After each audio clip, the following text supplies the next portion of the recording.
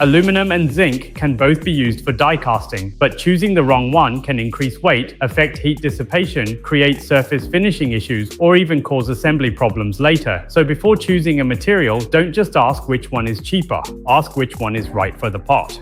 In simple terms, aluminum die casting is usually better for lightweight, medium to large, heat dissipating and structural parts. Zinc die casting is often better for small detailed cosmetic and thin wall parts. So the real question is not which material is better. The real question is, what does your part need to do? Start with the function of the part, not just the material name.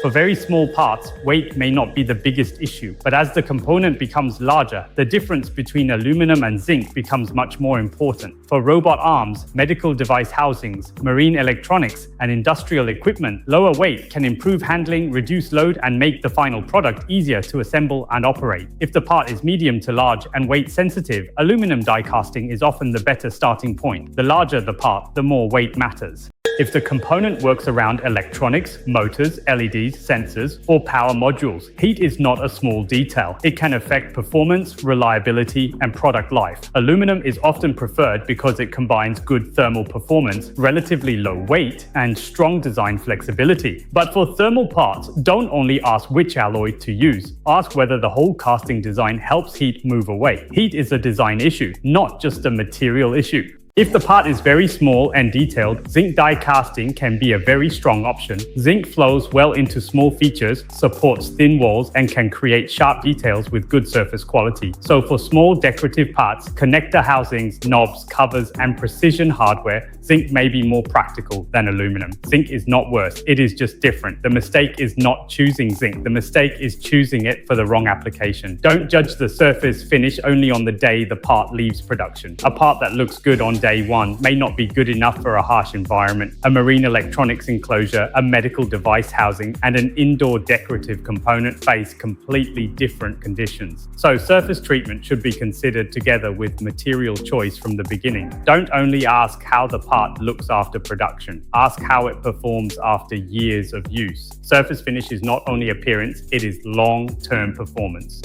Material price is only one part of the decision. The real cost includes tooling, casting cycle time, CNC machining, surface treatment, assembly, logistics, and quality risk. Sometimes a material that looks cheaper at the beginning can become more expensive after machining, finishing, inspection, or field performance issues.